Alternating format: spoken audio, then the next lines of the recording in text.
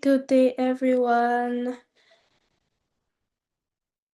Welcome to our Back to School Conference 2025. Good day, everyone. So, we're going to be addressing everyone as the Olivia community this afternoon. So, welcome to our first conference. My name is Anu Luapaomatosho, Anu for short.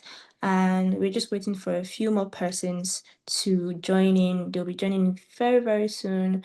But before then, I just want to let you know that I'll be carrying you through the event this afternoon. I'll be taking you through all of the sessions, and depending on wherever you're joining us from, can you just put in the comment section where you're joining us from and what time it is right now in your city, your name, and maybe a fun fact about yourself right in the comment section. So just include where you're joining us from, your name, what time it is right now in your city, and a fun fact about yourself that you want us to know. Okay, so I'm waiting for the comments to start. What's it? Okay. I can see one comment already.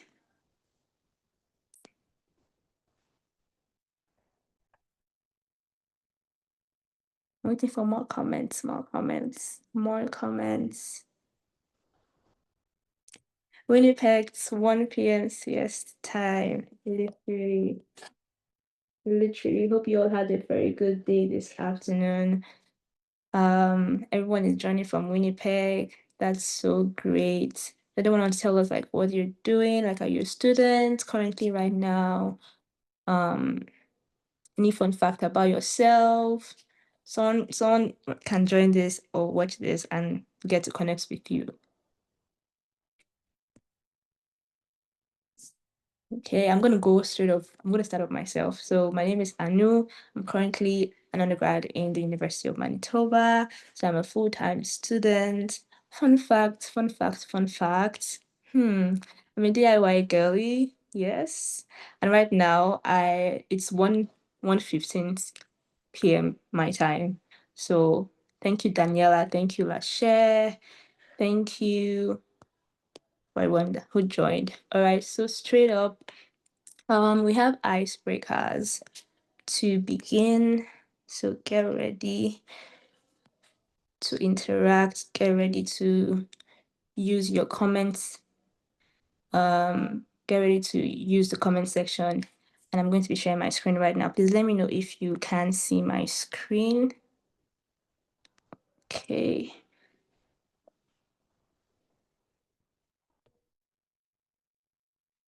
Okay. So can everyone see my screen?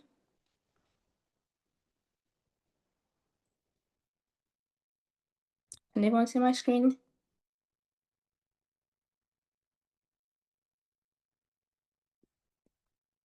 Just you can see my screen. If you can see my screen, just type I can see your screen. Okay, yes, I can see Lashes stumbles. Thank you. Okay, so the first one is if you could travel to any country in the world, where would you go to and why? So type it in the comment section. Type it in the comment section. It could be like a country that you have visited before and then you want to visit again, or you have never, but you want to go there. So type the country and then next line type the why you'd want to go there. Yeah, the why. So type the country separate so it pops up on the screen. Yes, thank you, Lashe. I see Japan, China. Let me type Australia.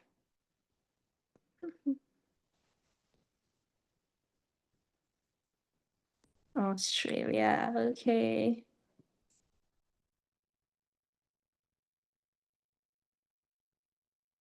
Korea, something like Korea. Why do you want to go to Korea? I'm so curious. What's fancy about Korea? I think their culture is amazing. China. What's so fancy about China? So why do you want to go to China? I feel you. K-drama, yes, K-drama dream is real. And the food, Japan. I see lots of South Asian. Okay, thank you guys. So let's go to our next icebreaker. My screen is frozen right now. Okay.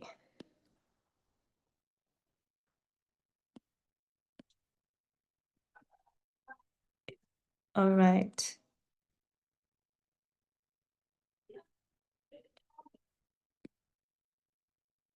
Okay, I see answers here. So the next question is what is that one word that captures your current mood for the new school year? So like everyone is going to the new semester, right? And what is one thing or what is in one word, what captures your current mood? How do you feel about the current school year? What are your expectations? Like what do you look forward to? Someone say, bro, like what is your expectation for school year going for a new session? Anything different? What are you looking forward to? What's your current mood? Give me emojis, I guess. Yeah, emojis can work. Emojis can work. Okay, for me, I look forward to meeting new professors, honestly. Um, Good professors, like fun professors. That's my expectation. But my mood about it is it's happening almost in winter. So I'm going to just, be warm. Looking forward to participating more in school stuff. Yes. Looking forward to do extracurriculars. Thank you so much, Lashe. Okay, so we're gonna go to our next. So, what was your favorite course in school? So you probably taken lots of courses throughout your university or grade 12 or high school. What was your favorite course in school? Just one course.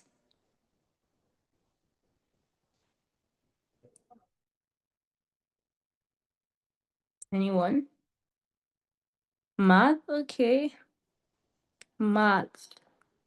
So you like to calculate. Can you help me calculate my money? Okay. So I'm moving on to the next icebreaker.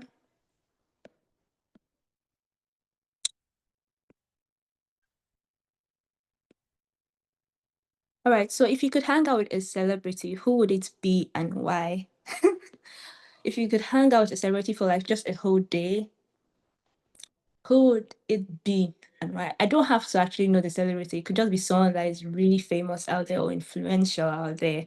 And why would you want to hang out with that person? Yes. Should I call names? Oh, Zendaya, Jeff Bezos. Okay. Lasha, can you tell us why? Tell us why. Tell us why.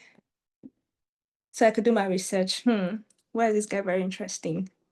Okay, yes, investment. Ah, Lasha, you're talking about finances, right? Financial investment. Like, what does he do? Does he sing? Does he act? Okay, got you. Anyone else? Hmm. Zendaya. Okay. All right.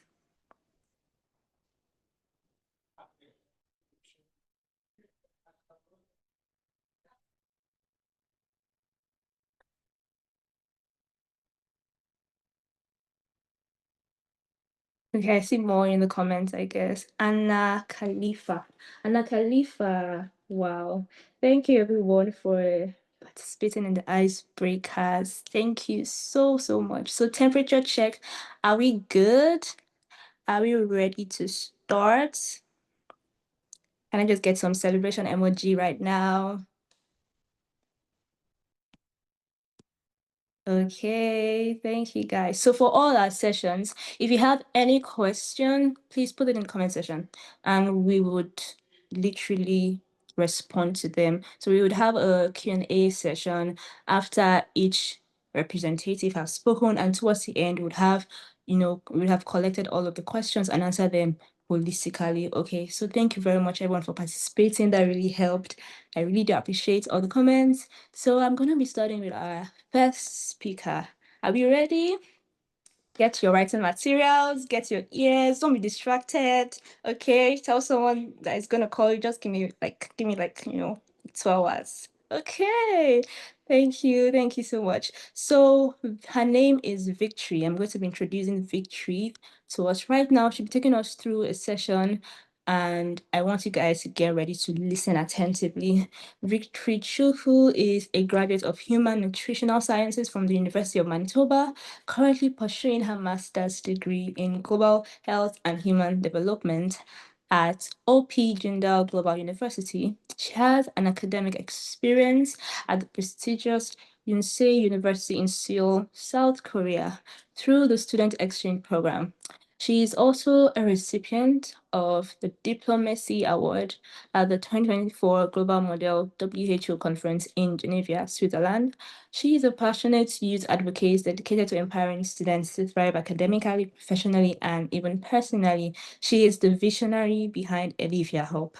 Victory's work blends her leadership, creativity skills, and she inspires young people to aim for higher, greater goals. Fun fact about Victory is she remained on the Dean's Honor List for 4 consecutive years till she completed her bachelor's degree at the University of Manitoba, and all this while balancing work and other responsibilities. So if you have your virtual applause right now in the comment section, please welcome Victory as she takes us through an amazing session. Thank you, Victory. Welcome. Everyone, thank you so much, Anu, for that interesting introduction. So I'm just going to share my screen right now. So while I try to share my screen, can everyone just let me know what's your most unhinged? See, that's how the TikTok people say it. Your most unhinged study hack. Let me know in the comment section. What's your most unhinged, like your, let me know in the chat, what's your biggest, the study hack that literally got you through school? What's that? Let me know. I would like to know what it is. Using the library to study. Okay, getting productivity up. Really good, guys. Really good. So today, let me just go back to sharing my screen.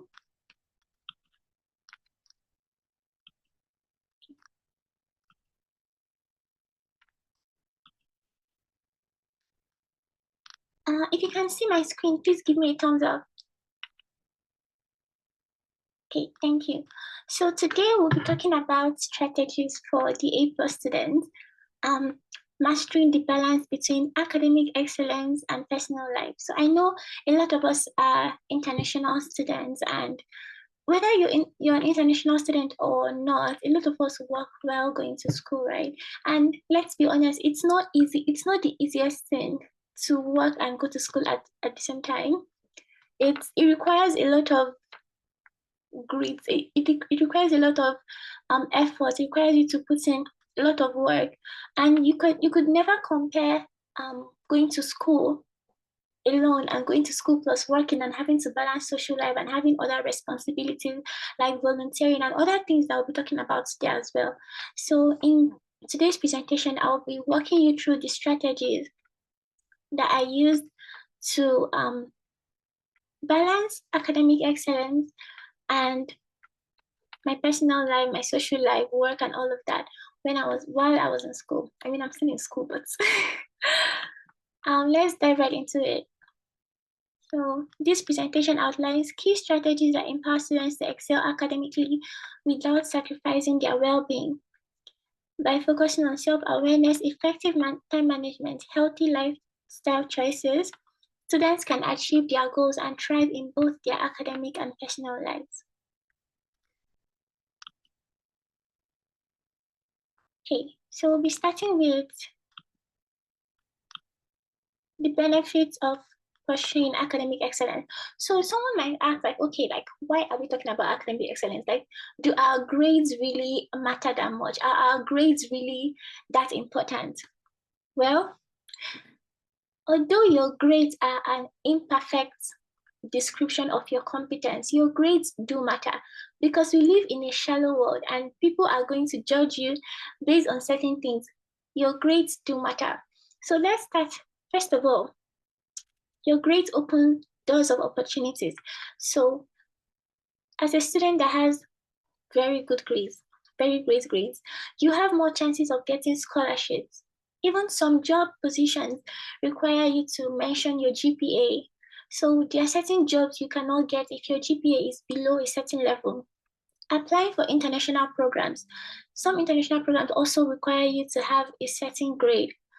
And then if you also plan to go to medical or law school, you know without a doubt that your GPA has to be really, really up there. I mean, even in undergrad, some programs like nursing, engineering, architecture, there are some programs that require you to have a certain GPA or a certain grade before you can get into those programs, right? So having an excellent academic grade really opens doors of opportunities to you.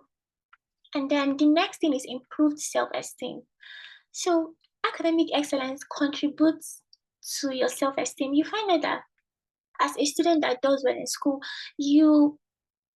it's the psychology behind it might seem weird, but you look at yourself a different way. You see yourself as, okay, I'm someone that, I'm able to work towards something and achieve it. I'm able to work towards my goal and achieve it. And it really improves your self-esteem compared to someone that isn't doing very well in school. People that people that struggle in school are usually associated with depression, suicidal thoughts, and things like that. We've had stories of countless students in the past that have tried to harm themselves because one professor tried to do something to them, or because their grades were not as they expected, or because some course is frustrating them. So we've had lots of students like that. And yes, so the next thing is skill development. So one thing that studying actually does for you is that it helps you build discipline and time management skills. You might think, okay, like I'm just studying, like it's not, I'm just studying for my grades, but what is it doing for me? But you find out that it takes discipline to study. Like, let's be honest, you're not going to feel motivated to study every single day. No, like I don't care how much of a bookworm you are, but you would never feel motivated to study every single day. So studying sometimes requires a lot, if not sometimes, it requires lots of discipline and a lot of time management as well, especially for those of us that live in a country like Canada where we have to work and we have to volunteer and we have to, we have so many things, and then we also have responsibilities to our families, responsibilities to our friends, and all these things that we have to, we also need to have time to take care of ourselves. So studying or aiming for academic excellence really helps you build these skills. And please let me know when I have 15 minutes left so I don't go over my time. So I have a lot of slides, so I'm going to try to go through them really quickly. Okay, I already explained all of this. Just go through it.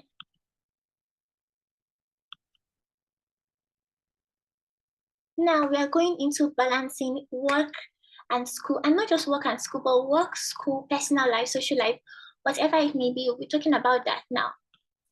So my first tip for balancing work and school is self-awareness. I know this might sound very cliche, like self-awareness, like what does that even mean? Why do I need self-awareness?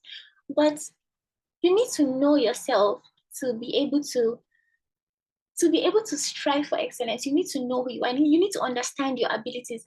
So some students are academically gifted.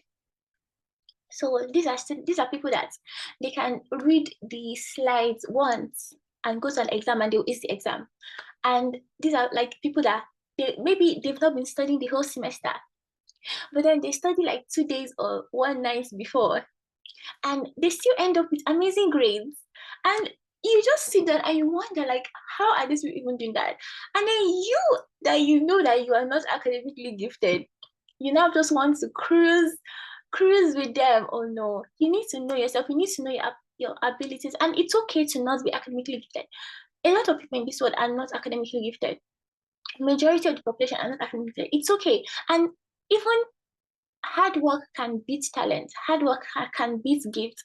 If you, as someone who thinks you're not academically gifted, quote unquote, can put in the effort, you can do much more better. And I know people like that. I've had experience like that. I've met people like that, that people that they may not seem academically gifted, but because they put in the effort, they even do better than those that claim to be academically gifted. So that's why I say self-awareness. You need to know your abilities, understand yourself. Okay, can I do this? Can I am I someone that is able to read last minute and still go to the exam and do well? You need to know know your abilities, know yourself, right? And then the next thing is establish systems and structures. So um there's a famous quote by someone, and it says, "You don't rise to the level of your goals; you fall to the level of your system." So, like I said earlier, we are not going to always feel motivated to study. Never. Like, even the smartest person in the world, I don't care who you are, but you will not always feel motivated to study. You will not. There will be days when you will feel like, what am I even doing right now? So on those days, you rely on the systems and structures that you put in place. And what are those systems and structures? Things like accountability. So one thing I did when I was in school, on days when I didn't feel like studying, I would call a friend, and we would study together on the phone, and that would help keep me accountable. That would help me study, right? So having someone that you can be accountable to, even you don't even necessarily have to hop on a call with the person. You can have someone that checks in on you. Okay, like, have you studied this and this? You can share your personal timetable with the person, and then the person can check in on you every day. Have you studied this? Have you done this? Have you done that? And then to add to this, I just want to say that your accountability partner should be someone who is like-minded. So you, as a student that wants to pursue academic excellence, you cannot have an accountability partner that wants to lazy away through school. Like, the person is going to make you also lazy away through school, right? So you need, in choosing an accountability partner, you need to choose someone that shares the same goal, shares the same vision, someone that thinks that, taking your academics seriously is very important. And then another thing is setting specific study time. So um, there is, I think there is something called the law of intention and intervention, something like that. You are most likely to do something when you have a specific time. When you tell yourself, okay, I'm going to do this at this specific time on this specific day and at this specific place. But when you just tell yourself that, oh, I'm just going to, you know what, I'm going to study 2 hours every day. You're going to study 2 hours every day. You don't give yourself any specific time. You don't tell yourself, okay, this is where I'm going to study. This is when I'm going to study. This is what I'm going to study.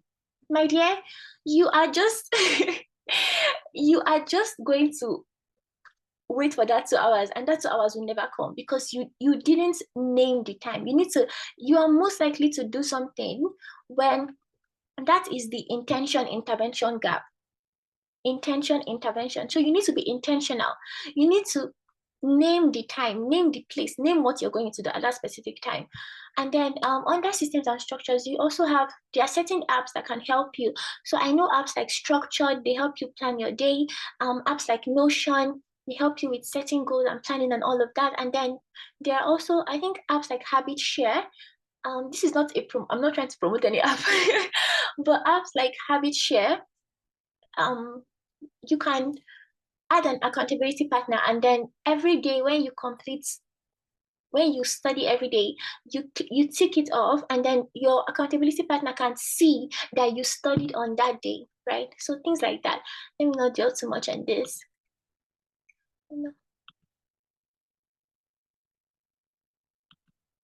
So the next thing is effective time management. So schedule tasks. Schedule. I can't even emphasize.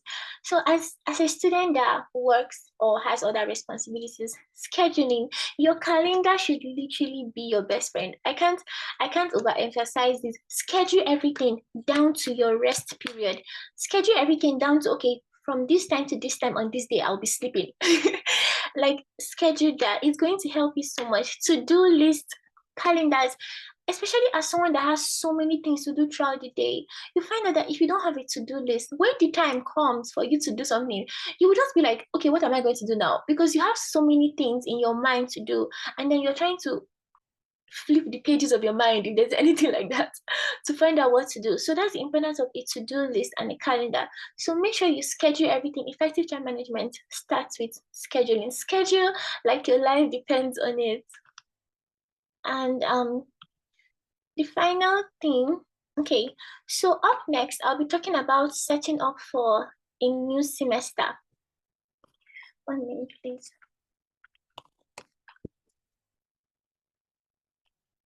Okay, actually, I think there's something missing from my slide, but the final thing is rest and eat well. Guys, I can't, please, I know that we are all trying to, get good grades, be A+ students, but you need to take care of the body that does the work. As much as work hard, I know the world encourages you to work hard, and even I am a proponent of working hard. I strongly believe in hard work, but you need to take care of your body, because when your body breaks down, that thing that you want to do, you won't be able to do it anymore. So why not take care of the body? And so you have the opportunity to continue doing that thing you want to do, right? Okay, 9 minutes. Okay, thank you, Anna. So rest and eat well. I know there is even a vitamin, I think it's the vitamin C, that if you're deficient in, I think it's either the vitamin C or E. If you're deficient in it, you lack motivation. So if you're deficient in that vitamin, you lack motivation to study, you lack motivation to do anything, and you just always feel fatigued. That shows you how important what we eat, like what goes into our body is. So rest and eat well, rest and eat well. I can't overemphasize. And then the next thing, I'll be talking about setting up for a new semester. So we are going into a new school year, we are going into a new semester. How do I set myself up for success in this new semester?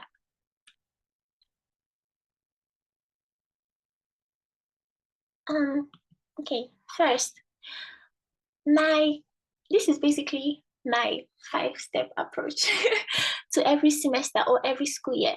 So week 1, review your course syllabus, review all of them, and outline key deadlines. So outline, oh, this is when this assignment is due, this is when this assignment is due, this is how many percent this assignment is worth. So nothing takes you by surprise during the semester. So I know some people, I've seen some people that use an Excel sheet. I think in my final semester, I used the Notes app. But normally, I would honestly write everything down because I really like writing things down. So I would write everything down. So write down your deadlines, write down everything to as little as the requirements for getting an A+. So let's say you're aiming for an A+. So write down, okay, to get an A+ in this class, I need a 95 to 100. Write that down. So every time you open your notes, you can see it that to get an A+ in this class, I need a 95 to 100. And next, so based on the syllabus, create a personalized study timetable. So while creating this timetable, make sure to accommodate, some courses have more course load than others, and some courses are more difficult than others. Some courses require you to spend more time on them than others. So make sure to take this into account while creating your study timetable. The courses that have more course load or are more difficult, make sure to give them more time and include breaks. Schedule your breaks. Like if Friday night is for resting, on your study timetable, put Friday night rest in capital letters. Friday night for rest. You don't do anything on Friday night. And then the next thing would be begin studying immediately. Begin. Oh my goodness. I feel like this is one of, I know I say I have so many top study hacks, but this one is like my biggest study hack. I can't even, this was the one that literally took me from like a 2 point something in my first year to where I am now. So begin studying immediately classes start. Don't wait until it's 1 week to the midterm. Because one thing I realized is that when you start studying well in advance, when it's time for the exam and you're not studying to learn, you're studying to remember. So when you go to the exam hall, it's easier to remember those things that you've studied. Like I've had 100% in exams where I started studying the content well ahead of time. Especially, I think it was in my second year, like courses like geography, because I really enjoy geography. So I actually really started studying it ahead of time. So things like that really help you. It will help you remember. It will really help you with retention, especially if you're someone that struggles with retention or remembering the things, or you're someone that you easily mix things up during the exam. Studying on time will really, really help you. and then start assignments ideally 2 weeks before they are due. So one thing I try to do is I aim to finish my assignments 1 week before they are due. So the week that they are due, all I have to do is revise and submit it. So I'm just sharing my little study hacks here and there.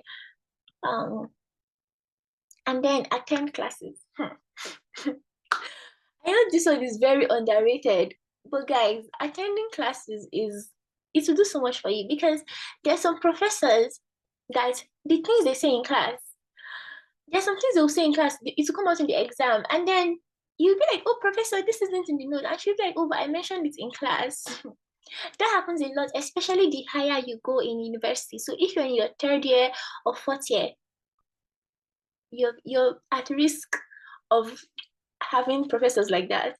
And attending classes also helps you with retention as well. When you attend classes and then you go back to study, it's like you can picture your professor saying those things, and it's easier to remember. And there's sometimes that in the exam hall, what even helps you remember something is that you can picture your professor saying it, or you remember what your professor said after, or if you remember, or you remember a joke your professor cracked before or after, things like that, right? So I'm done with that. So my final tips for academic success, regardless of everything I've said today, I want you to know that your grades do not define you. While grades are important, they are important for academic excellence, they are important for opportunities and all of that, but your grades do not define you. Be gracious to yourself. Put in the effort. Do your best, right? Do your best. And I know that there have been so many cases, and I've seen so many cases where students put in their best, but due to circumstances beyond their control, maybe things don't come out as they expected.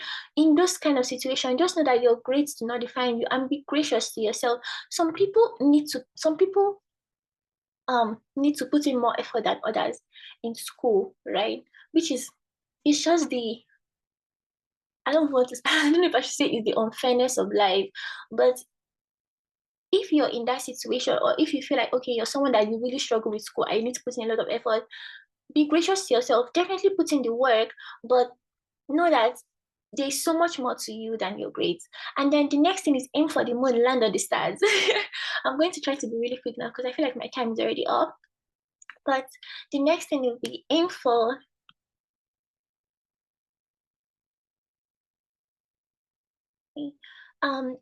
the moon, land on the stars. So one thing I really did was, at the beginning of every semester, I aimed for 100% in all my classes. Like, I'm not even joking. Like, I would be like, okay, I want 100% in this class. And one thing I realized is that, or one thing I learned is that, if you aim for 100%, even if you don't get 100%, you will fall somewhere close to 100%. So even if you don't get 100%, you will fall maybe between 90 and 91, or 92 and 93, or somewhere between 90 and 100. But if you aim for 90, you will fall somewhere between 80 and 90. If you aim for 80, you will fall somewhere, like, and these are not like direct correlates, but I'm sure you get the point of what I'm saying. Aim for the moon. So aim for 100%. And even if you don't get 100%, you will land somewhere close to it. And then the next thing would be, remember your why. So, like I said, there'll be days where you don't feel motivated to study. But what is the reason why you're studying? For me, my motivation was I wanted to get into medical school.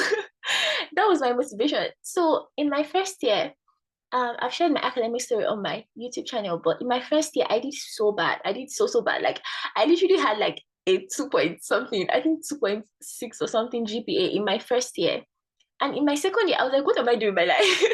Like, I want to get into, like, how am I going to get into medical school with this grade? And that was it. Like, after my first year, for the next 4 years, I had nothing.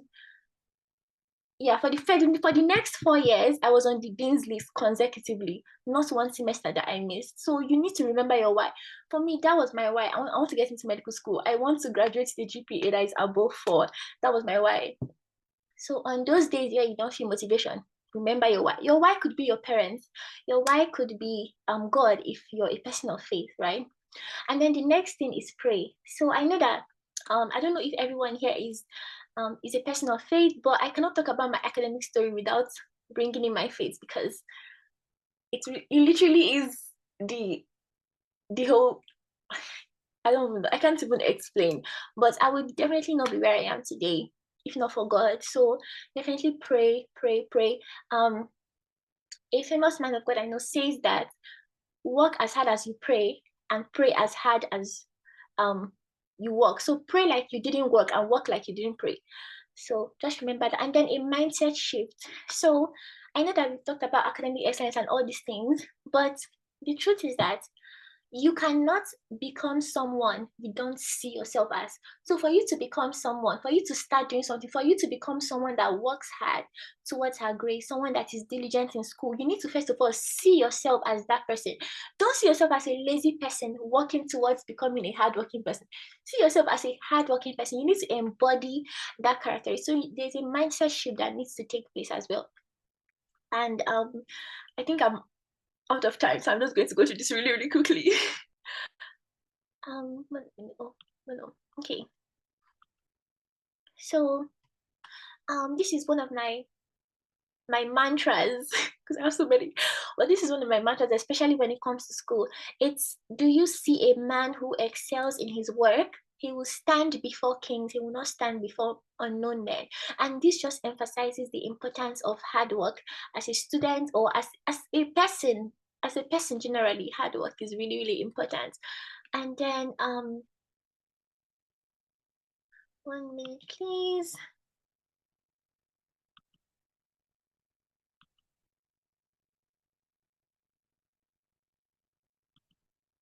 Okay. So the next thing would be, okay, academic affirmations. So I wanted us to take these affirmations really quickly. I don't know if I have enough time. I feel like I'm already out of time.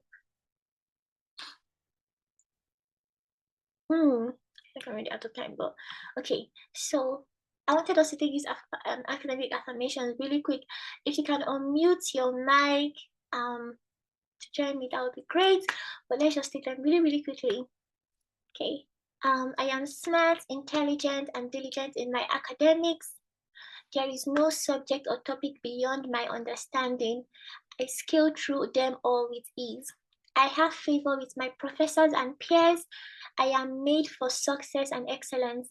My efforts never go unrewarded, and my academic endeavors open global doors of opportunities to me.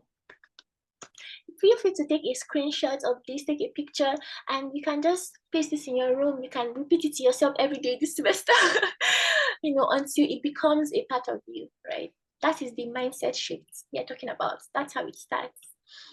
And then finally, I just wanted to talk about Cola Notes. So Cola Notes is a note-taking app that has partnered with us for this conference. And Cola Note has amazing features. Like, I use Cola Note in university, and it's a free app, by the way. It's free. It has a premium feature, which is one lifetime payment. It has a premium feature, but it's a free app, 25 different pens or brushes, 50 templates. The notes have covers. Like, it has a calculator, a translation tool, stickers, AI assistant, so many good stuff that this app offers for students. I highly, highly recommend. Like, just look at the notes you can make. Just look at the notes you can make with this app. Like, it's so mind-blowing. And I also really love Cola Notes because it's an app that was designed by students. So I think a group of students in, I think, Vietnam or Thailand came together and decided to create this app for students, for fellow students like them. And it's a one-time payment, so it's not a subscription payment. I think it's 19 Canadian dollars, but you only pay it once in your lifetime and you have access to all the premium features. So you can use our discount code. You can take a picture of this, take a screenshot of this. This is our discount code, and you get 50% off. And you can learn more about the app from this website. I think I'll Hi, put it. Victory. Yeah. Yeah, if you can help us with the screen so you could see it as a one page, the Cola Nuts, Okay. Okay. the previous slide and this slide on the Okay. whole screen. Yes, thank you so much. Okay. No worries. Um. So yes. So this is Cola Notes. Um. so many amazing features. It has an AI calculator, a translation tool, it has stickers, 24/7 assistant, it has templates, and the notes have covers. So amazing. 25 different pens and brushes for personalized note-taking experiences. And this is an example of what your notes would look like with Cola Note. It's such an amazing app. I love it so much. I've been using it since I think my second or third year of undergrad, and I'm still using it till today, even in my master's program. It's such a beautiful app. So it's a one-time life payment, like I said. You can learn more about it from their website, learn more about their features. You also have the option to suggest new features that they can add to the app. Isn't that amazing? So you can do that as well. And then that's pretty much it. I don't know if I have time for questions, or if I'm not able to take your questions now, we have a 15 minutes panel session um, at the end of the meeting. So you can just wait until after the second speaker, and then we would have a 15 minutes panel session, and I'll be able to answer all your questions then. Thank you so much, everyone, for listening to me today. If you have any questions, don't forget to keep them until the panel session. Thank you very much. Thank you so much, Victory. That was very insightful. I already have a question for you, and I'm going to keep it till the end. Thank you for establishing so many study hacks. Thank you for establishing the fact that we have to be self-aware as well as students, because you need to know your strengths. If your friends obviously can read through the whole night, and you know you can't, don't try to put yourself in the box. Do what you have to do to put study structures in place, set your priorities from the start studying from, even in the first week of classes. Just because your other friends can do this doesn't mean that that works for you. What works for others will not work for you. Thank you for establishing so many points, regarding getting certain grades to qualify for specific programs. Like, we have to keep working towards that as well. If we know that we're looking forward to actually getting like other programs even outside of like university, right? Thank you, Victory. Okay, so if you have your questions, please. I already have one question for Victory, so we're going to answer it at the Q&A session. Right now, we have someone coming up to talk to us about a very, very important website app. Many people know this as the Notion app. So we'll be going through how we can use the Notion app, getting to understand the interface, getting to know how we can effectively use this as a student during our study sessions, and so much more. So I have someone named Daniela Adeosi. She's the Vice President of Notion Manitoba, and she'll be taking us through this session, giving us an overview, taking us through the world of the Notion interface. All right. How many people know the Notion app first before I just go ahead? If you know or you've heard about the Notion app, and you probably seen that app and you're like, there's so many things going on this interface. Somebody should direct me and navigate me through this app. Just put in the comment section. Let me know that, okay, there are people here that actually have heard about the Notion app, or you have gone through the Notion app and you're like, what is going on? I don't get it. Someone please explain to me. So we have Daniela Adeosi. Daniela Adeosi, please, let's welcome her with our virtual welcome. Woo!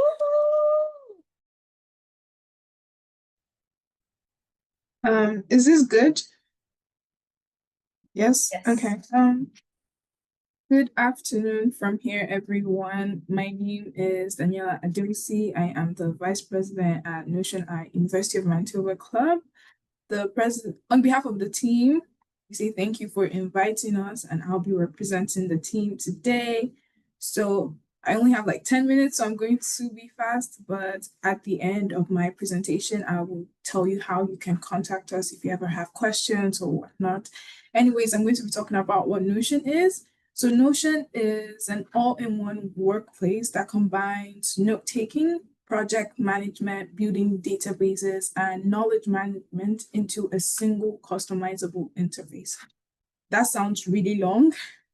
It's a tool you can use to do whatever you want to do when it comes to managing your money, taking notes, planning your life, maybe working on a project. Notion comes in very handy for those things. And how exactly is it helpful for students? Well, because of the fact it has customizable workplace, you can use it to organize your course materials, manage assignments with deadlines, track your study hours, and collaborate with peers too.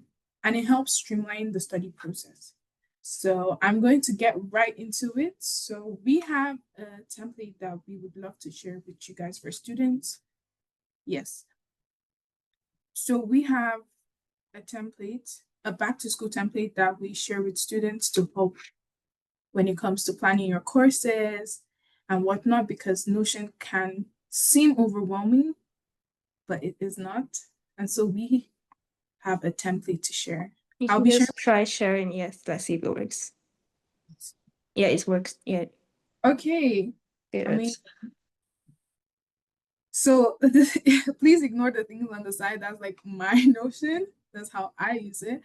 But this is the university dashboard. And the name of the president, her name is Chinyere, and that is why it says Chinyere's Notion template. So this is the template I'll be dragging you guys through today.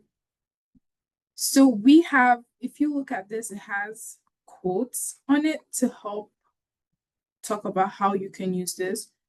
But basically, you could use this template to put yourself on check and have everything all in one place. Over here, you could have your academic goals. If you want, you could change the cover over here by uploading things or not. You could also replace the pictures, but here you can have your long-term academic goals. You can also have your semesters over the years. And I think I'll be getting into this because this is the juicy part. So I would be going into semester 2, 2025 copy. And over here, you could have your semester goals. You could have pictures and quotes that motivate you. And underneath here, you can track all your to-dos here.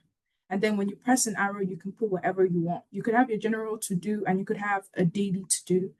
And when you're done, you could just always delete it. You could bake a cake and whatever. And this is really easy to help you track what you have to do. You could just go through it every week and help you plan.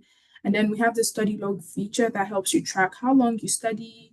Let's say you have some courses and make for course 3 and I study for 5 hours today. And over here, we have this weekly comparison where you see how much you study for course 3, course 4, course 2, and it helps you track your time and it helps you know which course is taking more time, which course is maybe difficult for you, which course do you need to invest more time in, and which course do you need to actually cut down on the time you're spending in it. And also we have a place where you could just dump your courses and also just put the resources you want. We also have a simple notes template where you could put the notes for the courses. So Notion is also good for note taking in classes, and we have this template. You could put in your topic here. Let me say cells. I'm not a biology student, by the way. Cells, and maybe the main idea of this topic is the unit of life, whatnot. And then here you can just put in the little things that help you. Or, excuse me, I'm so sorry, my laptop is doing something. Okay, sorry. Okay, so you could use this to take notes. You could put in your topic, the main ideas, pre-class reading note, which obviously is advised, going through your notes before your class starts, and in-class notes, and then questions for active recall that you could use. And then when you click on the arrow, it just pops down and pops up. So it's kind of self-explanatory, but it can also seem overwhelming. And over here, you could also have your music of the week if you want to just encourage yourself and make things more fun and more cute. And then this keeps on replicating itself, and then you can just keep on adding.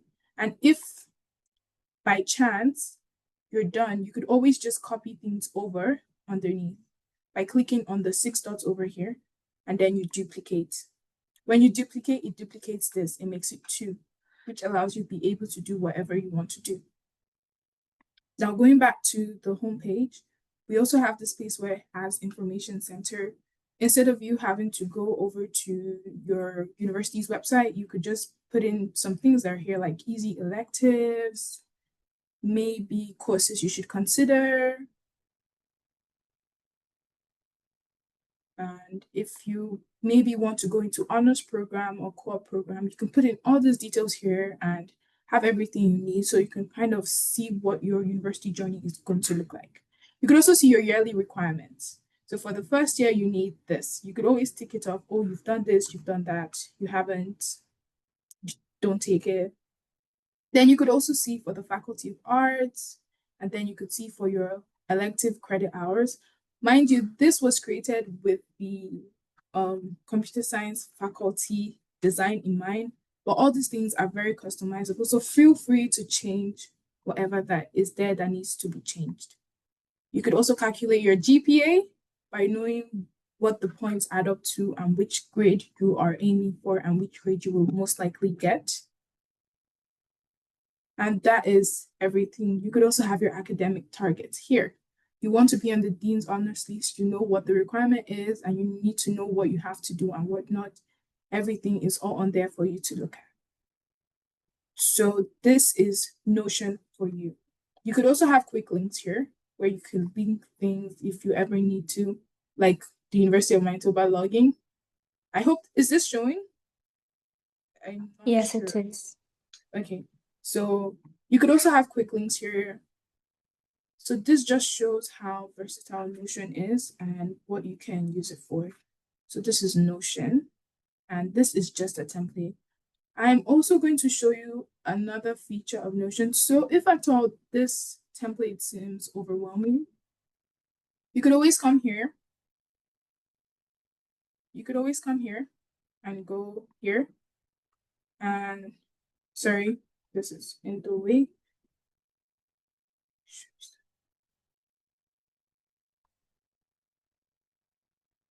Yes.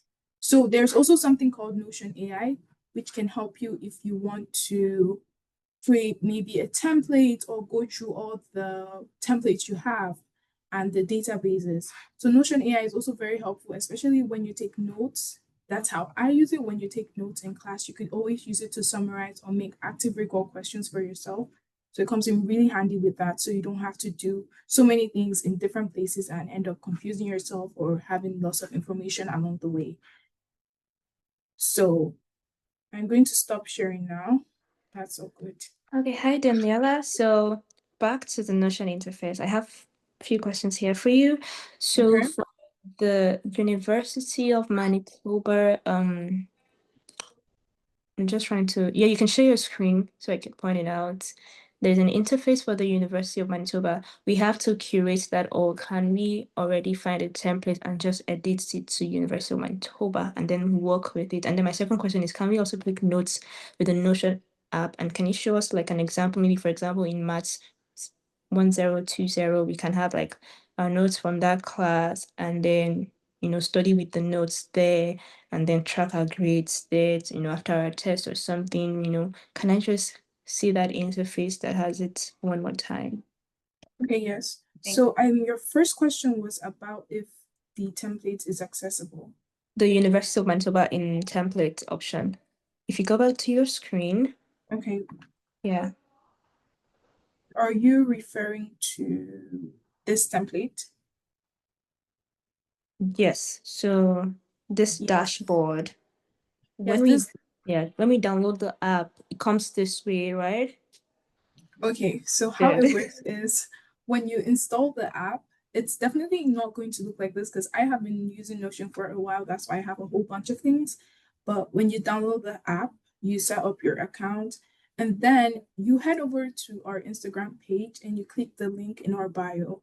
So the link in our bio has the link to this Notion template, and then so how it works is you don't download a template, you duplicate it on the website, and then automatically it duplicates in your account, which shows in your application. I don't know if you get what I'm trying to say. Yes, I do. I understand. It's already Okay. prepared, a template that you have to download into your Notion accounts, right? You duplicate it You actually. duplicate Yeah, it. something Okay. like that. Yes. Makes sense. Then do we And take, then yeah, go on. and then there are more templates that you could access. Mm-hmm. You go to the marketplace. I hope you can see my screen. Absolutely. You We go can. to the marketplace and then you see a whole bunch of other templates that people have made, both free and both those you have to pay. So if you're looking for something, let's say assignment tracker, let's go with this. Okay, it opened over there. And then it shows you all the possible assignment trackers. And then you could always have a preview of this and see what works for you best. it opens in a different tab. So you could see a preview, see if you like this layout, you see if this is simple enough for you, if this is too simple. So there are pre-made templates for you to use. I hope that answers the question. Is there a specific feature to take notes from class in here? Yes. Okay. I wouldn't call it feature, would I? But I would say, I'm looking for the best way to explain this without confusing you. But yes, you can definitely take notes with Notion. Okay. And I'm going to show you how. So I'm actually going to go into semester 1. So semester 1 and semester 2 have different formats, and this is to appeal to whatever a person wants. And then we have this course. And then we have the simple notes template. So we do have a template for taking notes. But if this, again, might seem too overwhelming for someone who is new and he or she just wants something that's straight to the point, you could always go to the marketplace and you could just search for note taking. Yeah, yes, let's say notes. And then you have this. We have this template over here. Amazing. And you could get it. So thank you, Daniela. One last question. And if you have any questions for Daniela, especially Daniela, based on the Notion, please put it in the comments. I'm going to take one last question. So can the Notion app be used? Maybe if you have a team or if you have a group that want to collaborate using the Notion app, or they want to use a template collaboratively. Maybe you have a group project, right? Or you have a team strategic planning and they need to use the Notion template to plan, but not individually, right? But as a group collectively. Is this something that we can work on with Notion, right? yes, that's definitely. That's what the team on campus uses. You can still see my screen, right? Yes, we So can. hopefully I don't disclose any like, I don't want to say secret anywhere. Yeah, you can stop sharing and No. okay. I just want to show you. So this is our account. I'm currently logged into our team account. Right. And I'm just going to show you something. So this is task. And if you look over here, we have the assignee. So we have the president, we have Amika, who is also on our team. We have Danny, which is me. We have Ghibli, who is also on our team. And so we have different tasks that need to be done, the due dates. I'm just going to take this out of the way, the priority, the summary about it. And we have everyone here. And everyone separately logs in to complete your tasks. So everyone is being tracked, everyone is holding each other accountable, and we all know that we're doing what we want to do. So yes, you can use it as a team collectively in one place to get a task done and keep each other accountable. So I hope Thank that you answers. so much. That answers. Thank you very much, Daniela, for taking out your time to literally put us through all of the Notion features. I'm sure a lot of people are going to come back to this video and they're going to be like, wow, okay, now I understand what to do, get how to navigate. This is so helpful. Thank you, Daniela. Also, if you'd want to reach out to Daniela, would be driven her information and you can also ask her further questions. But right now we're going on a 5-minute break. And then after a 5-minute break, we'll come back to our guest who will be taking us through lots of information, especially getting opportunities outside. Even while you're in school, you can get extracurriculars done and balance school and your grades and extracurriculars. Okay, so guys, we have 5 minutes and I'm going to set a timer now for everyone to just be aware of the timer. Thank you.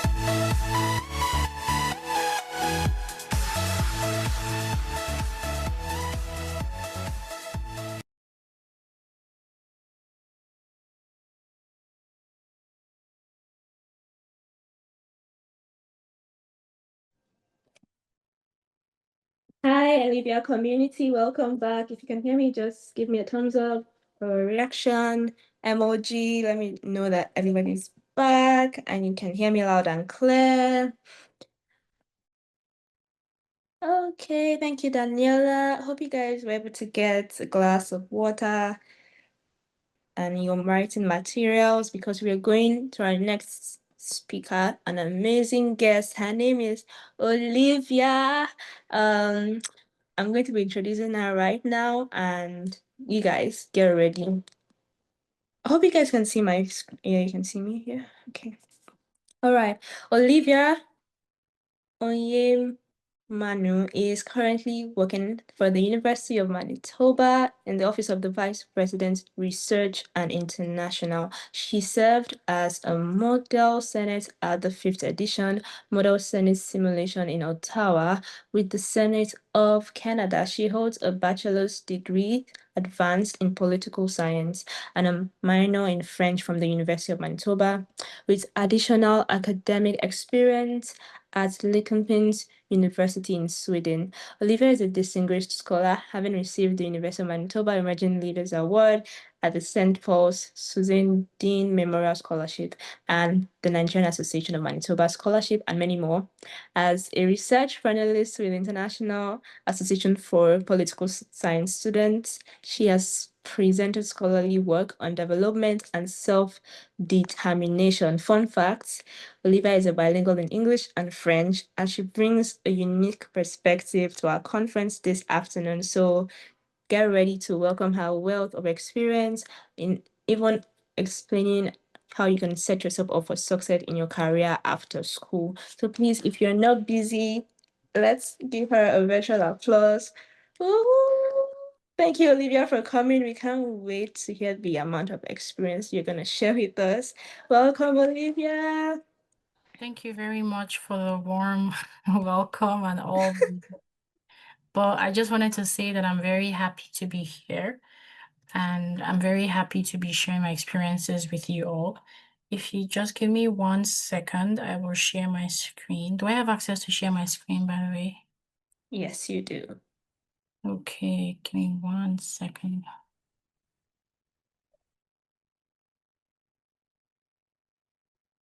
I just want to make sure that I have the right okay. We'll wait, it's fine. Mm.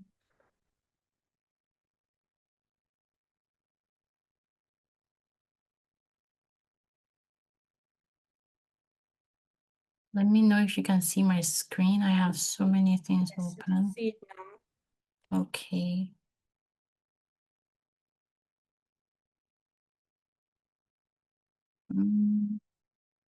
Yeah. Hey, hi everybody. My name is Olivia Ifoma Onyemenu. You pronounce it as Onyemanu, but Onyemenu. Apologies. No, it's fine. I should have gone to the first slide, like, yeah. Okay, I decided to put some of my pictures just because I'm in copyright and I just wanted you guys to know me. But yes, today I'll be sharing my university experience as well as all the opportunities that I took or that all the opportunities that I went for, as an undergraduate and some of the extracurricular activities that I also got involved in. A brief introduction about myself. I'm a recent political science undergraduate political science graduate. I need to actually get used to the fact that I'm done with school now. But I'm a recent political science graduate from the University of Manitoba with a minor in French. And I'd like to say I have an experience in research. Yeah, so also like a brief background about myself. I came to Canada at the age of 18. And just like Victory said, I didn't just want to go to university. For me, it was more of what can I do to make a difference? What can I do that when people hear the name Olivia, they're like, oh, yes, I know her. She's done this, she's done that. That's what I wanted it to be. And what can I do for myself that at the end of the day, it wouldn't just be that I went to school for 4 years and I graduated. So, of course, I wanted to seize every opportunity and I wanted to basically just make a good history for myself, as an undergraduate. So yeah, I came to Canada at the age of 18, from Kaduna, Nigeria. Some of the experiences some of the extracurricular activities that I got involved in, I'm sorry. So I served as the international student representative for the Faculty of Arts. I was a student advocate for the Black Student Union. I also served for this was under the University Student Union. I can't remember, University of Manitoba International Student Organization. I don't think it still exists anymore, but it was there like 2022, 2023. And then I also served as the president of the Nigerian Student Association. And yeah, so basically today I'll just be explaining or telling you guys my story about how all this volunteering work that I did, how it was able to get me to, receiving over 7 scholarships. So while I was an undergraduate student, I received 8 scholarships, and it wouldn't have been possible without all the work that I put in, without all the volunteering that I did. Yeah, it's just a funny picture, but that was the first day I landed Canada, Toronto. And yeah, of course, I came at the age of 18, which was like, the beginning of my academic journey in Canada. I will start by saying that I went for an exchange program in 2024. This was a life-changing experience, of course, living in another country. Your parents sent you all the way to Canada, and instead of, completing your education in Canada, you took yourself to another country to go study. And it makes it very unique. It makes it very special. Yeah. The University of Manitoba offers various exchange programs for students. You can choose whatever country you want to go to. Victory also was an exchange student as well. Applications. At the end of all this, I'm going to be sharing some links and, useful resources that you all can access and check for scholarship opportunities or when the next exchange program would open up. So yeah, exchange program, definitely you want to give it a try. It's a life-changing experience. You get to speak with various audiences from different parts of the world. That's just what makes it very, very unique. Now you're not just limited to Canada. You're speaking with people from China, people from Vietnam, people from all over the world. And that's how you get to improve yourself, multiculturally and just be a better person. Yes, when I served as the president of the Nigerian Senate Association, this is an association that has over 500 students. So initially, I started off as the international student representative for the association. Then I moved up to the secretary. And after being the secretary, I was appointed to be the president for the association. This role requires a lot of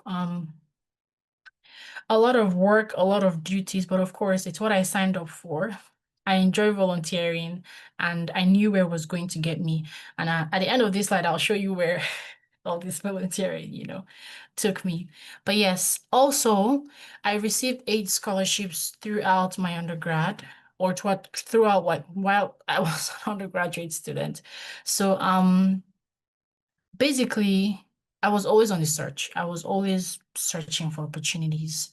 Every night in my room, I'll be looking St. Paul's College, St. John, scholarship for U of M. Every day, I'm like, what is open? So some of these applications for scholarship, most of them, you won't qualify if you don't have a good GPA and if you haven't volunteered with any association or organization or wherever. So, I mean, you must have volunteered somewhere and your grades has to be good enough for you to get that scholarship. And all the volunteering that I did came into play here.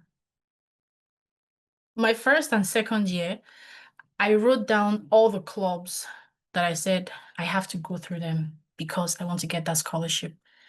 It's not like as if, I mean, it was planned, of course. It was planned. I was very intentional about everything that I did. And, for example, the Black Student Union, the Nigerian Student Association, I wanted to be there because I knew it would give me these scholarship or these opportunities in the future. And I think that's how it should be. You should envision yourself in places that no other person sees you because it's your story, it's your life. You alone can tell where you take yourself. I mean, it's God and you, but you alone can take yourself to where you want to be.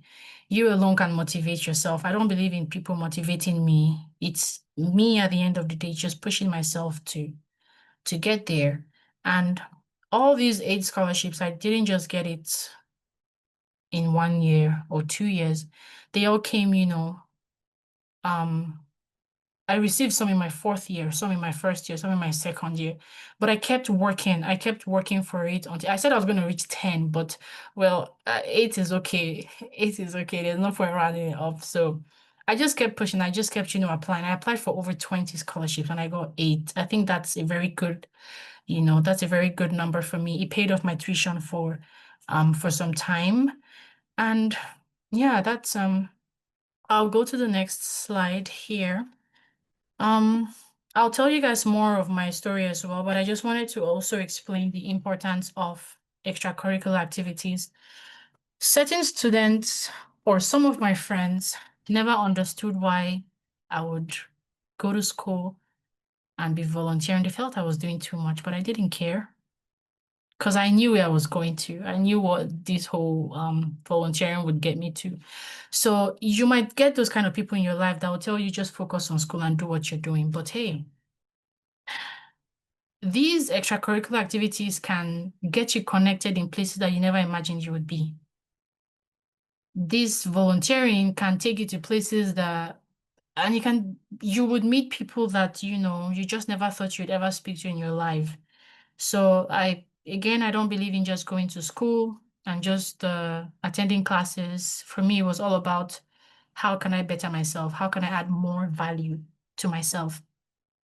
So now the importance of extracurricular activities, personal development, students, develop leadership skills through roles in clubs, again, association or organization, or even just, teamwork. And here you can build your confidence, you can take up new challenges, and public speaking is also, I used to be very shy before. If they probably put up a camera or Olivia, come to the stage to speak, I'll be like, oh my goodness, I can't. But I'm not like that anymore. I can pick up the microphone and I can speak. And that's what this whole volunteering has done to me because I've been able to put myself out there. And now I can, hold up a mic and just speak to a congregation or it doesn't matter the amount of people, I can hold a conversation. And that's how it's just been able to help me grow. And also time management and organizational abilities, because here you can also improve as a student. Balancing academics and volunteering can be very challenging, can be very difficult.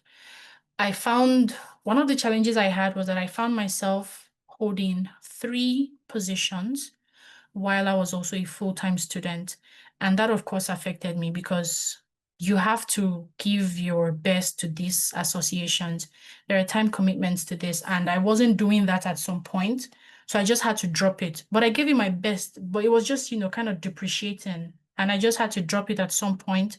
So my advice would be, if you want to volunteer, if you want to get involved, pick the one that you can manage. If it's just one association while you're a full-time student, that also works. Don't put too much on your plate like Olivia and not be able to handle them all. But it's very doable. It's very possible to volunteer and still do your schoolwork and excel in the both of them. Also, social benefits. Volunteering provides opportunities to meet like-minded peers and form long-lasting friendships. I went for a World Congress in Montreal in 2023. Until today, there are still some people that I cannot just let go. There are some people that you see and they're just filled with so much intelligence. When they speak, you're like, I need you to be my friend because they would add value in your life. And those are the kind of people that I like to keep very dear to me. And I met them at that World Congress. Until today, we're still friends. Those people have provided opportunities for me. And it's just good to just keep them in your circle because those are the people that you want to grow with. As you're growing, everybody's just growing together. And as well, you can grow your connections. You can meet people that, again, initially I mentioned can take you to where you never imagined you would be. Another reason why I wanted to volunteer and just be out there is because I wanted to grow my circle of people with higher caliber. I think I should use that word. So, again, in my second year, I mapped out the people that I said I must have their contact before I graduate. And I do, I have it. I said I must have their contact before I graduate. I must be here before I graduate. I must do this before I graduate. But in order to do all this, I need to be in this club. I need to hold this position. I need to be up there to be able to speak to them. Because by the time you speak, they want to listen to you because you hold that position. And in my final year of university, I found myself in that space and I was just collecting numbers of very influential people. And that was the goal for me. So I achieved everything that I wanted to.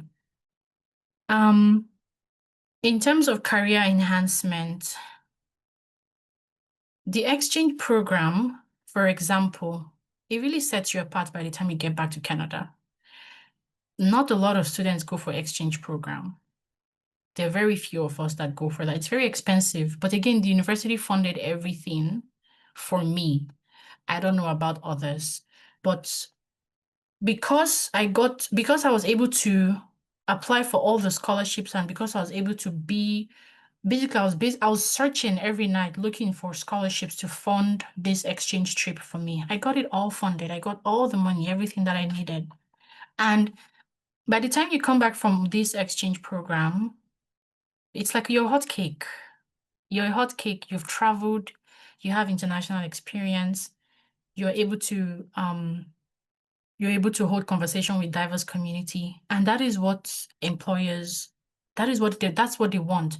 Someone that can think outside the box, someone that can, confidently speak even in the face of I can't think of the word right now, opposition, even in the face of opposition, you're able to stand your ground and you're able to just hold proper conversations. That's what this exchange program does to you. And that's how I was able to, for me, I mean, that's what I learned and that's how I was able to improve me or I improved on myself, And in terms of career enhancement as well, you get to work in teams. Again, the exchange program, you won't be alone. You definitely will not be alone. You'd be with people from different community. You work in team or you work in teams. And then also, let's say you volunteer outside of all this, even if it's any association, you're building yourself because now you know how to organize a certain amount of people to come together to achieve a goal. And again, that is a skill when you're in the workforce after graduating. That's what these people want to hear, that you can hold conversations again, you can communicate properly, you can work in teams, and that you can get, a number of persons to just get to work together and get the work done, And yeah, that's about it for career enhancement. And my screen is just blocking the very last one. Open doors to scholarships. Yes. Of course, again, volunteering is basically, you're just setting yourself up for scholarship and that's just it. But if you don't search for these opportunities, if you don't search for them again, you won't get them. You won't get them. And I'll say in terms of, I would have provided like some skills or like some skills on how to write, because when you're applying for scholarships, you have to, of course, attach like a letter of intent or like letters of why you qualify for the scholarship. And I applied, of course, like over 20 times. And the ones that I got approved for, I always sat down to just look at what I did different from the one that I got rejected from. So I compare and I'm like, oh, now I see the difference. So language matters when you're applying for scholarship, but it didn't make sense to me until I failed so many times. Then I just applied, and I kept getting approved. I was like, now I know the drill. Now I know how it works. Now I know the English that they want. But that's talk for another session. But definitely extracurricular activity is setting you up for receiving multiple scholarship. And of course, everybody likes to receive money. So it's more like you're getting yourself free money, but at the same time, your GPA has to be up there. So you have to do well in school. Most of them require like a GPA of over 3.0. You don't have to be 4.0 or 4.5. 3.0 gets you a scholarship. And then you volunteered in 2, 3 places. Of course, you're already up there. They would look at your application. Moving forward, my screen is apparently stuck. Can you guys still hear me? Yeah, we can. Do you want to stop sharing and restart? Let me try that. Sure. Hmm.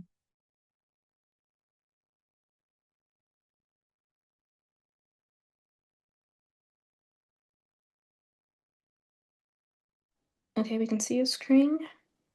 Why can't I see my screen? Give me one. I'll stop sharing and I'll share again.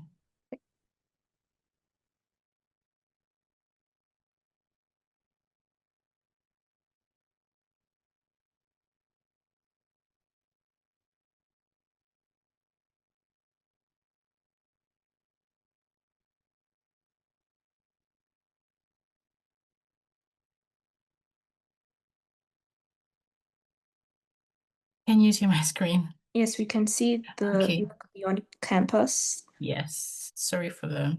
Oh, But yes, also looking beyond campus.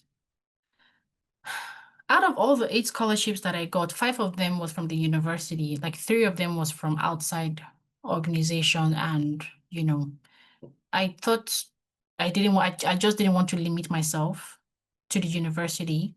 And that's how it should be. So you should always be open to new ideas, explore new opportunities beyond campus that can expand, your network, your circle, your connections, of course, and engage with community organizations, take up new roles, internships. You can sign up for co-op with the university. That's another whole different experience, but just take up volunteering opportunities that are outside Winnipeg, outside Canada. Take yourself out there. I attended the World Congress again that I attended in Montreal. It wasn't from the university. I was searching, again, my major is political science, but then of course, like Olivia is always searching for new opportunities. And I just came across this page, International Association for Political Science Students. And I thought, oh, this is awesome. I should go for this. The good thing is the university funded it, even though it wasn't from the university. But again, I'll just say be willing to try out new things. Don't get too comfortable being comfortable.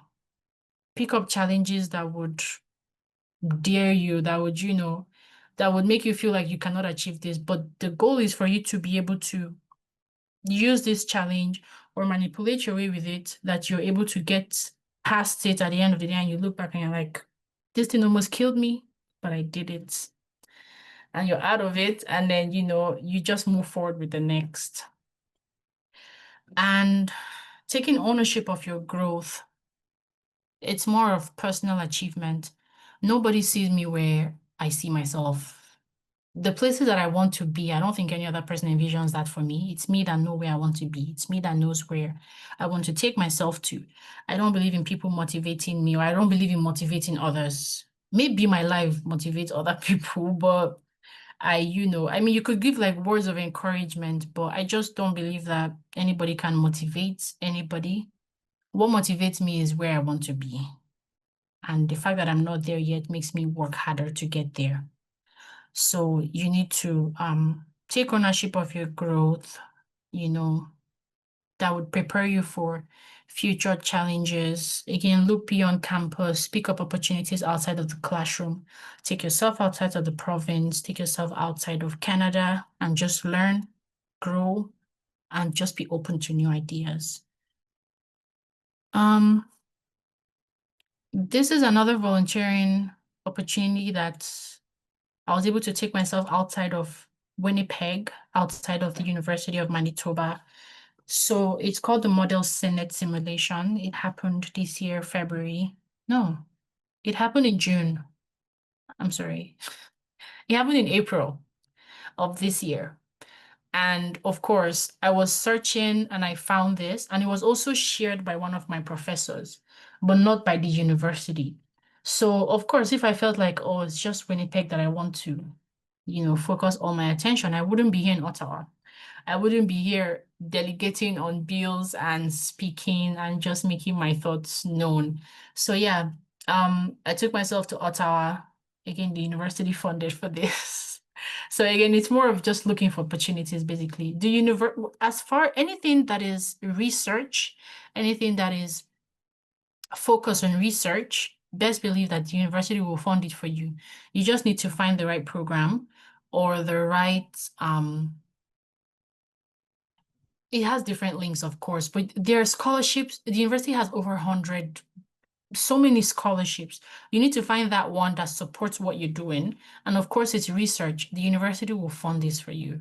So yes, I was able to take myself outside of Winnipeg for the Model Senate Simulation. I think so far, this is one of my best experiences just because I took it at the very end of my degree. And for me, it felt like it summarized everything that I did in 4 years. I was able to get hands-on experience. I was able to meet like-minded people. I was able to meet with Canadian senators that this time around, I'm not learning about them from my textbook or from, Zoom classes or just hearing about them. I actually met them in person. And then having to hear them speak, I think it just changed my whole experience. So, I mean, everything that I learned was in class, textbooks, but now it was hands-on. I'm there in the chambers, I'm speaking, I'm getting the experience. So for me, this was my best. And I would say university experience and success. So my journey through university has significantly shaped my skills and my professional growth. All those volunteering positions that I took shaped me into what I am today, from being the president of the Nigerian Student Association, being the international student representative, to just taking up other leadership roles as well. Going for an exchange program. Of course, you wouldn't be the same person by the time you travel to another country and come back. You wouldn't be the same person when you go to another province and you return. So definitely you'll find yourself growing. You would find yourself accumulating new skills and just improving on yourself, basically. Yeah, overall, I'd say networking. At the end of the day, when you're done with school, there's no job waiting for you, except you're studying nursing. But there's no job waiting for you. There's no job that's okay. Again, everybody's story is different. I don't want to generalize. But from my experience, there's no person that'll say, finish school and I have a job for you waiting for me. That's not how it works. You still have to put in the work to get any job that you want. Even nurses, they still apply for jobs. Some get the ones that they want, some don't get the hospital that they want to work in. But through volunteering, you can make connections and you can speak with people that can place you in these places that you want to be. Just having people that work with the government, for example, having people that have really high positions in the province, just speaking to them and telling them exactly how you feel, where you want to be, and they go, oh, don't worry, say less. I know who I can connect you with. I know who I can call your name in a room and they'll, and they'll give you a call. And for me, that was the goal. I just needed to have people's numbers that by the time they hear my name, they know that is this girl, we're going to give her what she wants, you know. So again, it's just more of networking and building connections, of course. I also wanted to just talk about the Model United Nations. However, I didn't go for this, but I think it's important that social science students, not basically generally for social science students alone, anybody can go for the Model United Nations, but I think it's an experience that everyone should try out, either the Model Senate, the Model United Nations. So applications open in June for Model United Nations, and for Model Senate is every December. So I believe for Model Senate, it should open by November, and applications should end like January 2026, just in case you're looking to go for the Model Senate in 2026. And of course, like resources, look for, I'm going to copy and paste the link, but the University of Manitoba has St. Paul's College. It has St. John's College. It has so many scholarships that you've never heard of. And most of them, I believe 1 or 2 persons, or probably everybody in this Zoom meeting qualifies for. You just need to find the one that you think you can be able to write your letter of intent and you'd stand out and just put in your application. If you get denied, it's okay. You apply again. You apply for another one. Just keep going. If you apply for 10, I believe one should click. That's my idea. If I'm applying for 10 scholarships, 1 or 2 should click, or I should be able to get, you know, something out of the 10. That's it for my presentation. I hope I was able to, you know, change 1 or 2 persons' mindset about volunteering and balancing that with school, and just the importance of putting yourself out there and where it gets you to at the end of your degree. I'm just going to, I was going to copy and paste and send you guys this. In case you're looking for resources on where to volunteer, the university has so many. I can't even see the screen, but I'm going to stop sharing and I will share the link with everybody. Thank you so much, Olivia.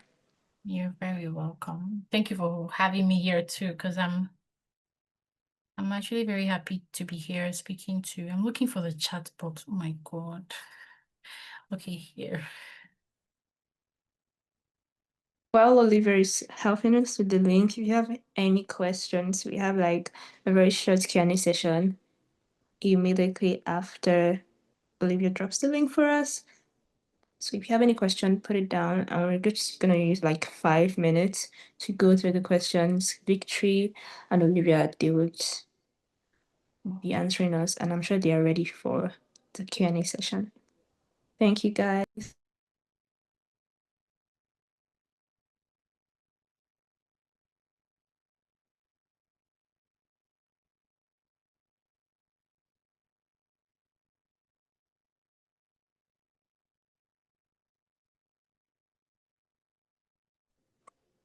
We saw the link. Yes, feel free to check them out. If you're wondering the kind of scholarships that the university has, the link is the very last one. So yes.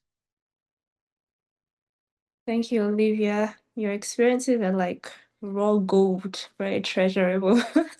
And it's how you connected with people for me, how you found scholarship opportunities, how you told yourself, this is for me, my name is on it, and you found them strategically. Okay, what do I qualify for, right? You fueled your goals, you didn't give up, right? You built your motivation, you built your public speaking skills even before you graduated. And I love how you emphasize the benefits of getting those extracurricular activities, and also understanding that we also need to prioritize our grades. So we have to, make sure that both sides are on the same, scale.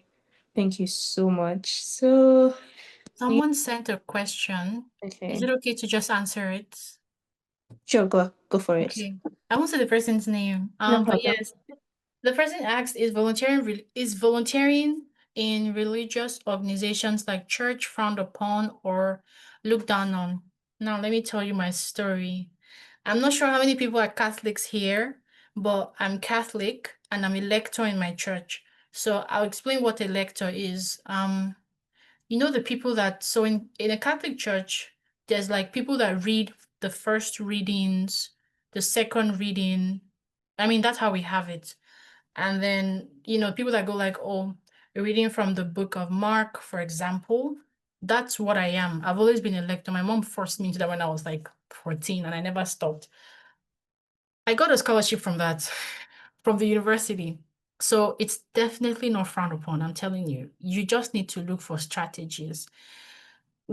I didn't think it would be helpful until I applied for the scholarship at St. Paul's College. And one of the requirements was if you had a position in a church. I was like, this is for me. And I was like, this scholarship has to be for me. And then, of course, I was a lector. So I reached out to the priest in my church. I was like, give me a reference. I need to apply for this scholarship. And the priest gave me a reference. And of course, that's how I got the scholarship with GPA, volunteering, and not just volunteering, but now I volunteer in the church. And I'm applying for the St. Paul's college scholarship. So of course, like that put me up there. And that's why I was selected for that, I believe. So it doesn't matter where you volunteer. At the end of the day, just have a plan on why you're volunteering. Again, I didn't volunteer with the church because I had a plan. But it was just more of it's something that I really like doing. But at the end of the day, it paid off. It definitely paid off. So volunteering in religious organizations like church is definitely not frowned upon. I would even suggest you do that and aim for applying for St. Paul's or St. John's scholarship because that's what they need, people that have volunteered in religious groups or religious organizations. So you can aim for that. Volunteer with your church with the aim of getting scholarship. It's not bad. God knows your heart. So, so go for that. So yes, no volunteering is of waste, of course. Thank you, Olivia. I like it. Put yourself out there. Put yourself out there. Those opportunities count. Okay. Do you have any other person that asked you a specific question? So far, no, it's just one question. Okay. So I'm going to go to Victory. So what if you don't have the motivation to study, and maybe this is because you don't enjoy your classes, because of the professor? For example, in university, we have specific professors that are like old, or maybe the tactic he's using to explain is something that you're not understanding. How would you motivate yourself towards those grades, towards those, school goals you have set for yourself, even from the beginning of the term, and you know that you have to get certain grades, and you already know that this professor or this class or this course is not even motivating? What do you do to go above these obstacles and get your grades? Thank you, Anna, for that question. So, I believe we all, I used to tell people that I have luck with my professors until my last semester in school, and I met this professor that was just, I was like, okay, I guess I've run out of luck.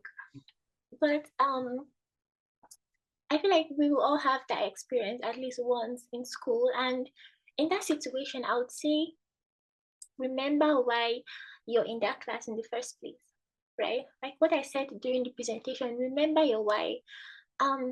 And also remember that professor, you're only going to see that professor for 4 months or 3 months, depending on how long the semester is, or 1 month if it's a summer semester. So you have to decide for yourself, would I let this professor determine my grade? Because the truth is that it's easier to fall. It's easier for your GPA to fall than it is for it to increase. And as someone that had to build her GPA from 2 point something to over 4 point, like I know that. So it's much. So you have to tell yourself, okay, am I going to let this professor make my GPA drop, or am I going to overlook everything that's going on and just put in the work? So in that situation, I would say remember why you're in that class in the first place. That class could be a compulsory class for you to graduate, or it could be a class, a course that you just really like, but you just don't like the professor, right? You just have to speak to yourself in that point. You have to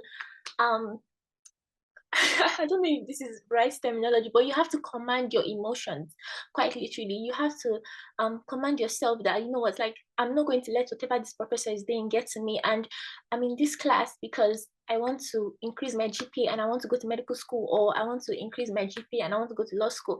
Like, in that situation, just remember your why, whether it's going to medical school, whether it's going to law school, whether it's getting opportunities, whether it's applying for a PhD, whether it's applying for a master's. Remember why you need those grades in the first place. That would be my recommendation. Yeah. Okay, can you hear me? Yes, you can hear me. Thank you very much, Victory. Yes, command your emotions. Literally bring yourself to order. You know, this professor cannot be the one to determine your grades. So I have a question for Olivia.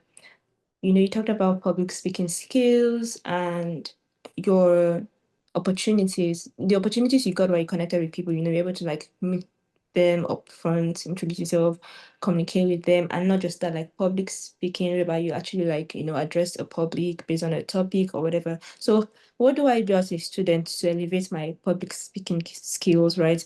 Should I join clubs, or what do you advise I do? Maybe if I have a group of friends, should I start just, you know, make them my audience and practice with them? Like, what do I do to get myself ready for those opportunities, for those public speaking experiences, for this opportunity where I'll meet someone influential? What do I do before then? Absolutely. Joining club is one of them. Joining clubs that will, and don't pick the position that will not get you to talk if you want to improve on your communication skills, of course. So pick up positions that you want to deliberately like use to improve on yourself.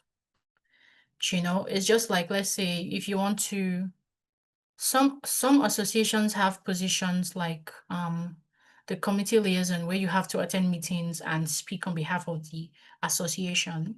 I don't see any reason why you should maybe pick up the position as the secretary, because those are like two conflicting positions. I mean, you could to get the experience, but if you want to improve on your public speaking, of course, it's volunteering through associations that you can improve yourself on, as well, even like class presentations as well. I mean, not every class has, you know, presentation every time, but just picking up opportunities that you can speak, even if it's in the church, with your friends.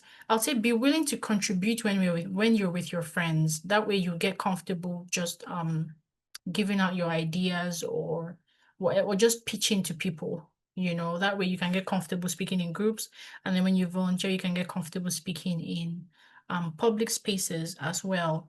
So definitely volunteering in clubs is the highlight for me. Okay, I have a question that is like similar to the one you just answered. So, you know, you mentioned you connected with people, you got their contact. Where did you meet them, and where would you advise students should put themselves out there to actually connect with people? Because this helped your global experiences, this helped you have more opportunities. So, where should a student looking for opportunities to connect with, you know, influential people, where should they put themselves? Where should they go to while they prepare for those opportunities? For example, when I was the president for the Nigerian Student Association, I had to attend specific events because I wanted to, of course, get people's contact. For example, the Black History Month that took place at the legislative. Initially, I didn't want to go for that. But when I heard that this person will be there, I had to dress up nice, and I showed up. And when I went for that event, instead of me to pay attention to what they were saying, I kept an eye on that person that I wanted to speak to, and I kept following them like back to back, because you can easily just lose people, right? And while I was, of course, in the crowd listening, my eye was like, I need to go speak to this person.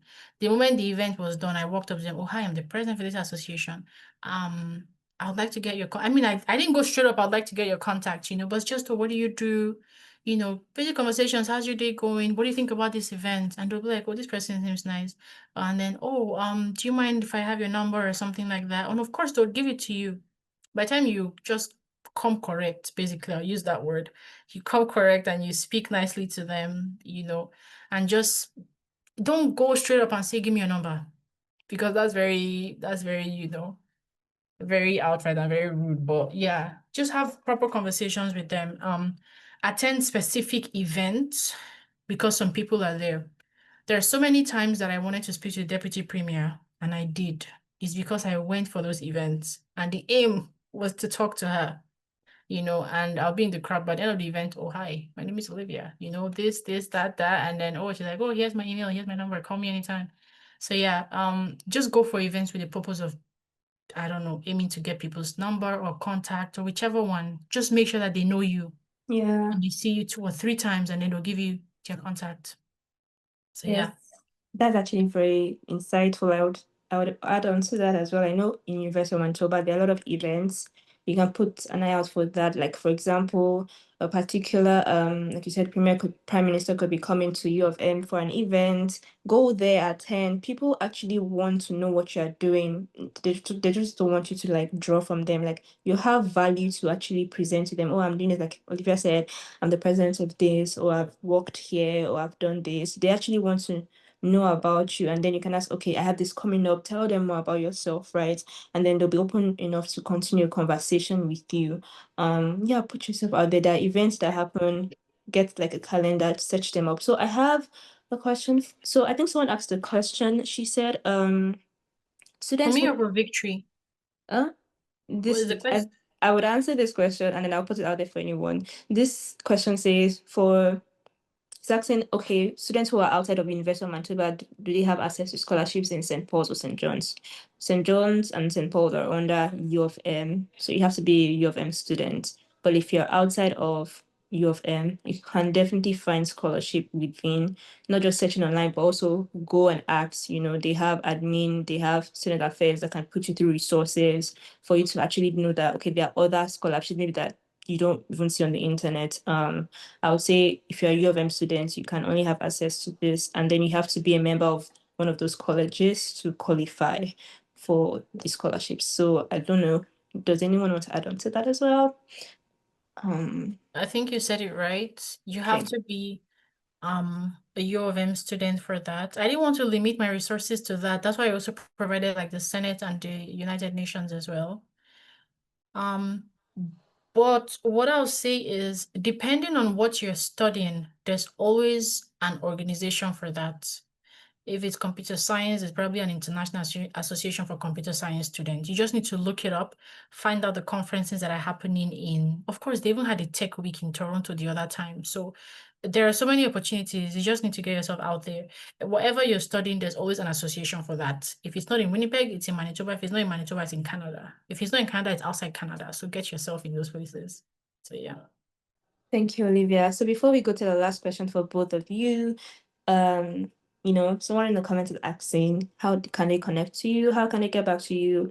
Are you comfortable giving them your Instagram pages? And from there, you know that, okay, someone is buzzing you, and then you can respond to the person. You can provide your email from there. So you can connect us and ask you further questions. Please do that in the comment section. Thank you. And please, everyone, take note. We have a survey link that I posted. Tell us how we did in this conference. We would be emailing you all of these resources as well. Check out your emails. So for our last question for both of you. So did you both have fears in school regarding, oh, what if I don't get that grade and I know I need this grade, right, for a scholarship?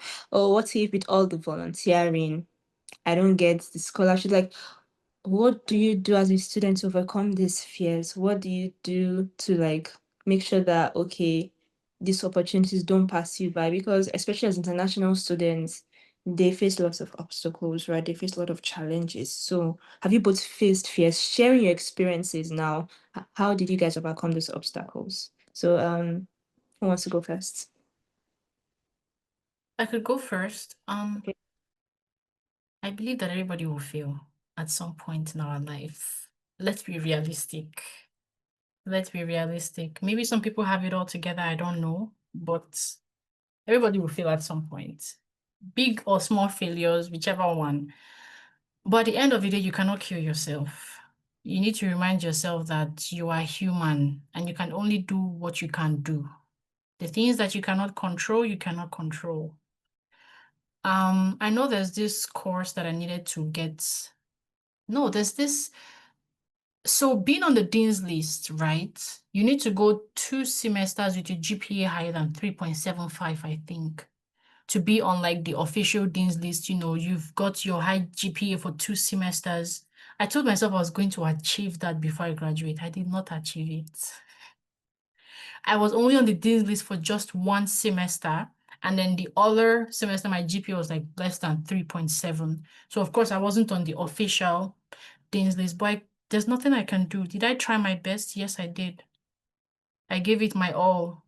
I still got scholarships from that. So being on the dean's list did not really break me, but there's more to just being on the dean's list. So at the end of the day, I'd say how to overcome that is just be patient with yourself and also acknowledge your wins and the things that you've been able to accomplish.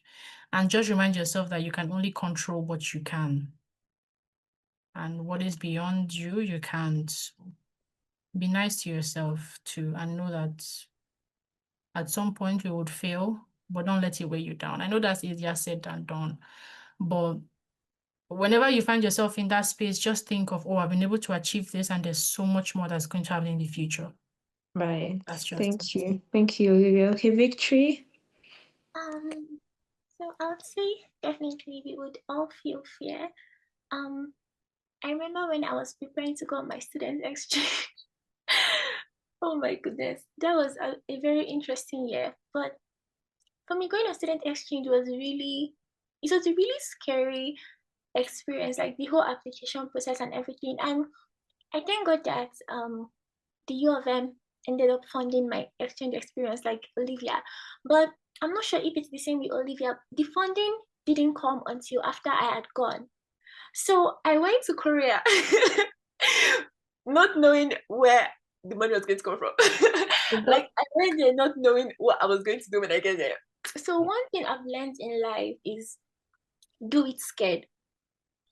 Do it scared, do it alone. Like there is always a way out. Life, if you're someone that keeps knocking on the door, if you're someone that keeps knocking, if you're someone that keeps pushing, life always has a way of giving way.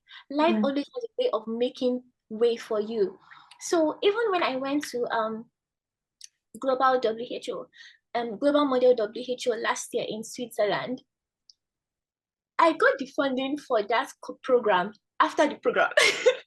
So I paid myself outwards, and then when I got back, I got the funding from U of M. So it's like you really have to learn to, if you want it, go for it. Like it's just like what Olivia said. If you want it, you have to be the motivation for yourself. If you want it, go for it. Life will definitely open doors for you. And then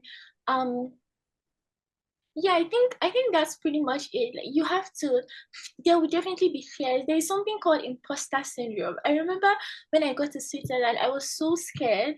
I was like, I shouldn't be here. Like, what am I even doing here? Like I don't deserve to be in this place. I was literally so scared. I was so scared that I was so scared to the point of tears.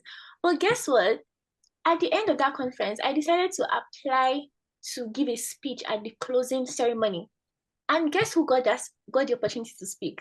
I did. Like it's just, I can't even emphasize, do it scared. That application, you may think there are so many things I've applied for that I didn't think I qualified for, but I still applied for it either ways. So you may think you don't qualify for that job, you may think you don't qualify for that position, you may think you don't qualify for that thing, but imposter syndrome is only in your mind. If you don't try, and another thing I wanted to say is that failure is a part of success. Failure does not exist on its own. Failure is not a noun. It's just the road to your success. So Yeah. that's pretty much it, guys. Thank you so much, Victory. All right, so I'm glad we were able to take a lot of questions.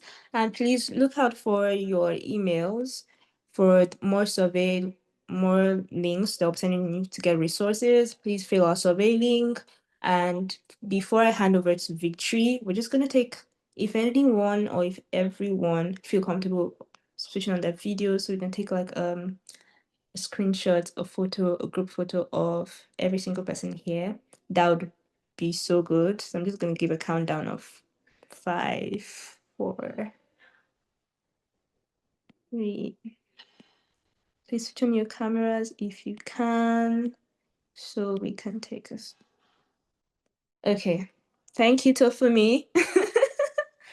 Thank you very much, everyone. So just, yeah, I can see everyone's face, right? Okay, are we good? 1, 2, 3. Okay, thank you. So thank you so much, everyone. I'm going to hand over to Victory now.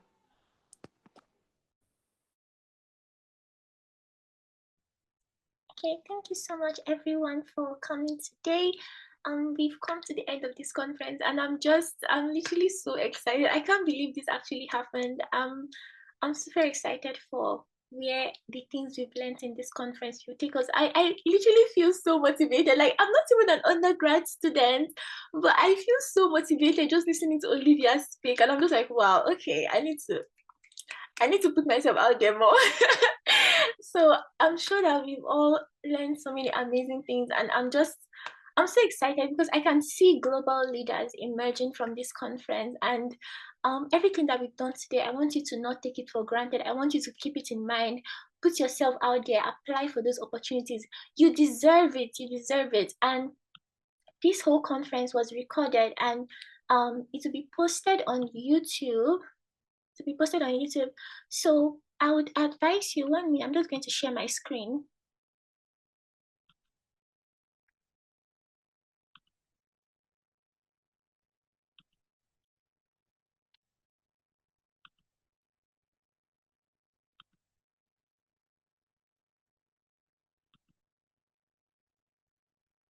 So I just want to encourage everyone to, please scan our QR code to join our students community. So in August of this month, I started a students community called Olivia, and the whole purpose of this community is to create a safe space for students. So in Olivia, we'll be posting things like student study hacks, study motivation. We also hope to organize more conferences in the future. I'm so excited, and hopefully we can have something in person soon as well. So we'll be having, we'll also be sharing opportunities for students. So global opportunities for students, whichever opportunities we see that come up and we think will be helpful for the students in our community, we'll be sharing it on Olivia as well. So please make sure to follow us on Instagram, on TikTok, and let's stay together as one community. So that's pretty much it for today. This video will be uploaded. If you scan the QR code, it will take you to a YouTube channel. On that YouTube channel, I talk about school, study hacks, study motivation, basically all student related good things. So if you scan the QR code, it will take you to that YouTube channel, and this video will be uploaded to that YouTube channel. So we'll also send out a notification on our Instagram page once the video is uploaded on the YouTube channel. So thank you so much everyone for joining us today. If you have any further questions, you can send us a DM at Olivia.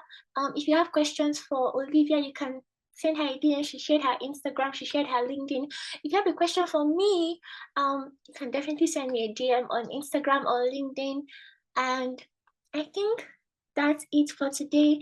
Please keep in touch with us. I look forward to seeing you in all our future conferences, and hopefully in the future, some of you can even be speakers at our conference.